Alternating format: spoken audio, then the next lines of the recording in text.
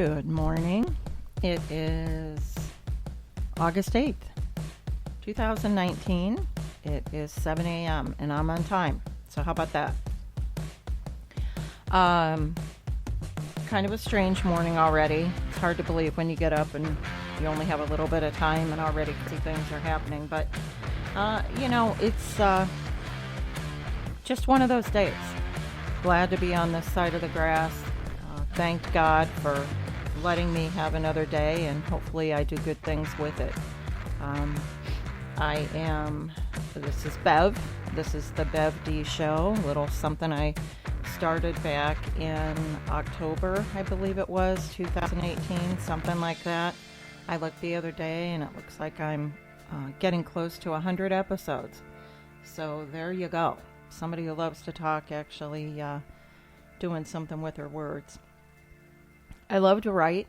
I love to create stories, thoughts, poems, beautiful sentences, and I like doing that most of the time with a pencil and paper. But, excuse me, guys. Most of the time with pencil and paper, but I also like to tell stories with my voice. These are some things that I was blessed to be given, and so I'm trying to do good with that.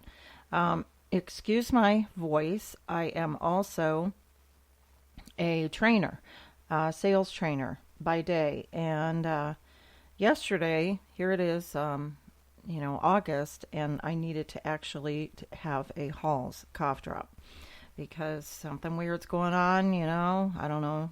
I don't feel bad.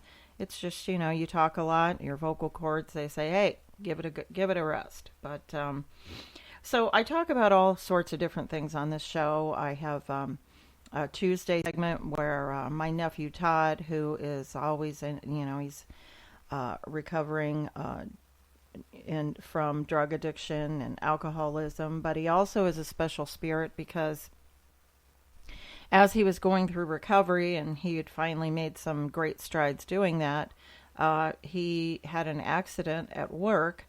And he fell into a 40-foot hole, and it crushed everything on his body.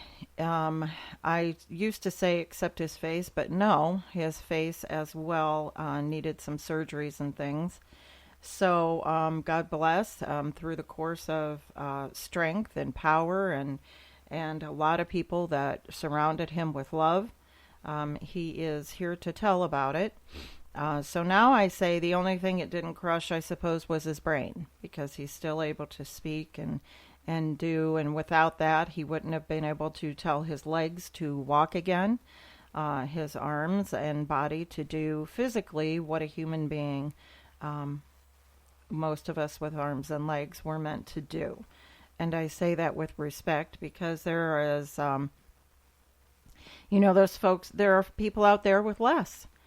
They were born without arms or legs and or one or the other of the limbs, and they're doing great work.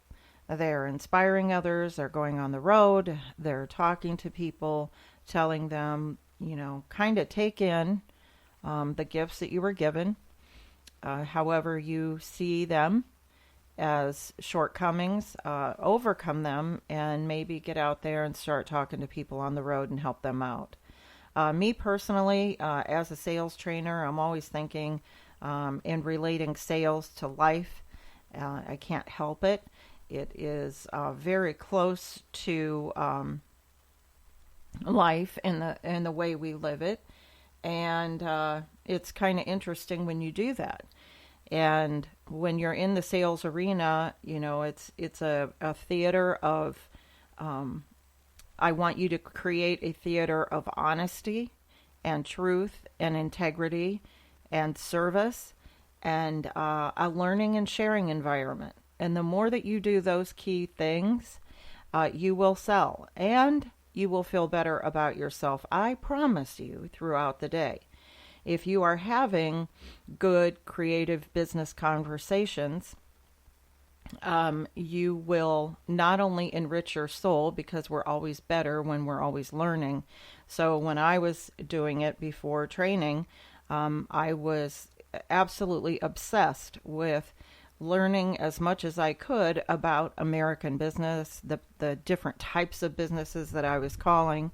I was in the advertising arena, although I have been on the phone and I've talked and reached out to people, businesses, for reasons such as setting up appointments for an accounting firm so that one of our sales agents could go out and gain a customer so that the owner could supply them with accounting services. I also worked for a company that was business machines. We know them as copiers. And that's just the absolute most expensive but last thing that somebody wants to talk to a salesperson about, but it is a necessary. And we have to have it, and those things have to function. And so I've called people for that. I've been on the phone promoting myself and my services when I was doing my own business. So I have a really strong idea of how to make that job entertaining and how to make it so that when you're not closing the deals that you wanted to in a day, or when you wanted to make more money that day, at least you are building what I call inventory. Some people like to call it filling a pipeline. I like to say stocking your shelves with inventory, thinking of it as like boxes of shoes that are filled with opportunity. So each time you have a phone conversation, think of it as a box that you're filling up with more information so that when you follow up with that person, you have that information to be able to apply to your next conversation. And I'm talking about things, everything from where you learn about their business, what's their busiest season, who do they want to attract as far as new customers, what do they see in their future as far as where they want to grow, to what their dog's name is. Eventually, you're going to learn about a wife and kids or a husband or a divorce that somebody might be going through. And that is the beauty of reaching out to the universe via telephone, making those calls, and learning more. And what you gain from that is not only sales opportunity and to promote the services with which I hope you believe in, but you are also enriching your soul and giving yourself perspective. And when you give yourself perspective, it allows you to kind of reflect on your life as a business person and be able to understand a little bit more about you. That's what I'm talking about.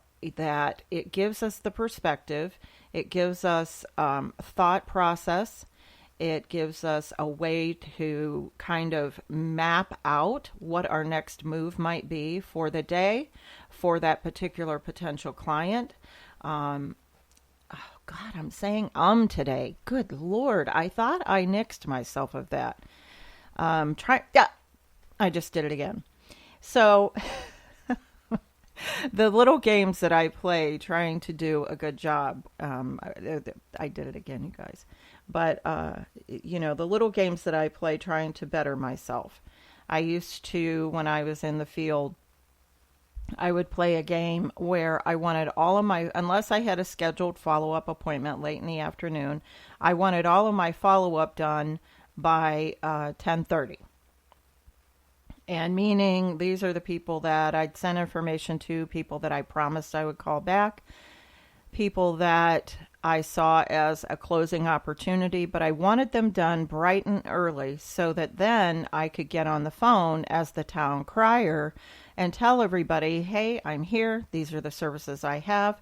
This is who I'm calling on behalf of. And all of my excitement would switch gears. I am a avid, I check out LinkedIn all the time. I follow some sales pages, people that talk about, tactics and different things. And people are just crazy. They're talking about not getting rid, or about how you shouldn't cold call and getting rid of the cold call. Well, I can't even imagine.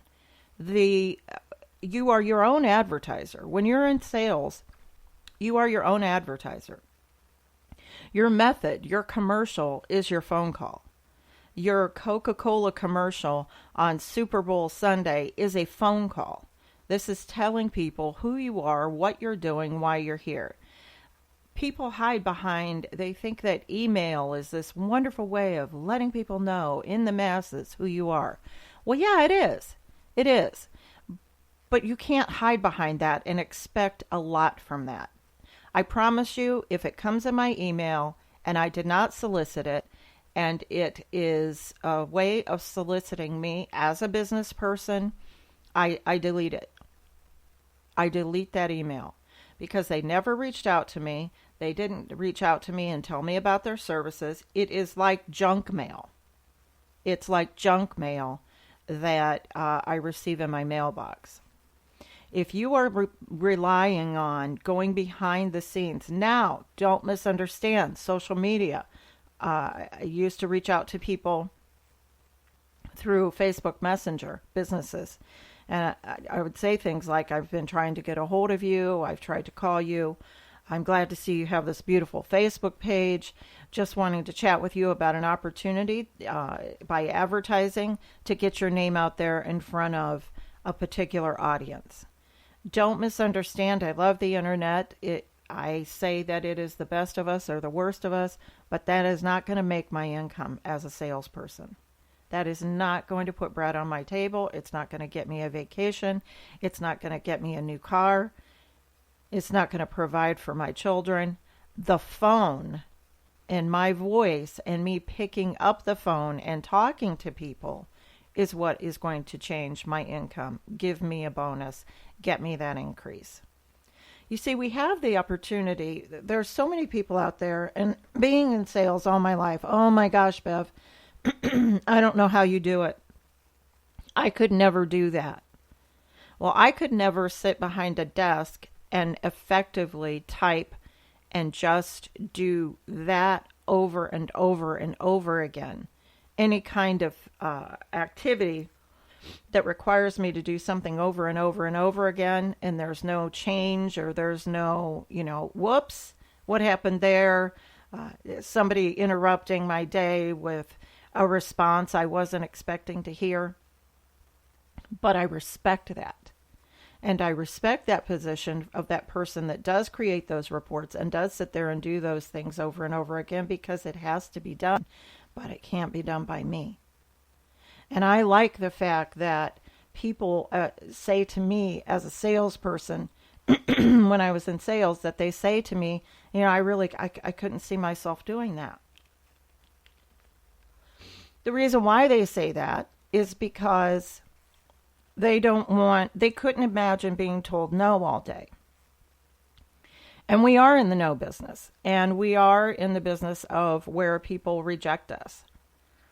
But just like that laptop, computer, software system that gets those reports, being told no, and that those are the tools that help to make and create reports effectively, being told no is a tool in my business that lets me know. In other words, rejection is like a hammer to a construction guy.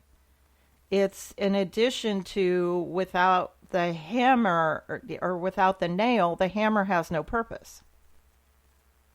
If I'm not if I'm not rejected, I am not doing my job.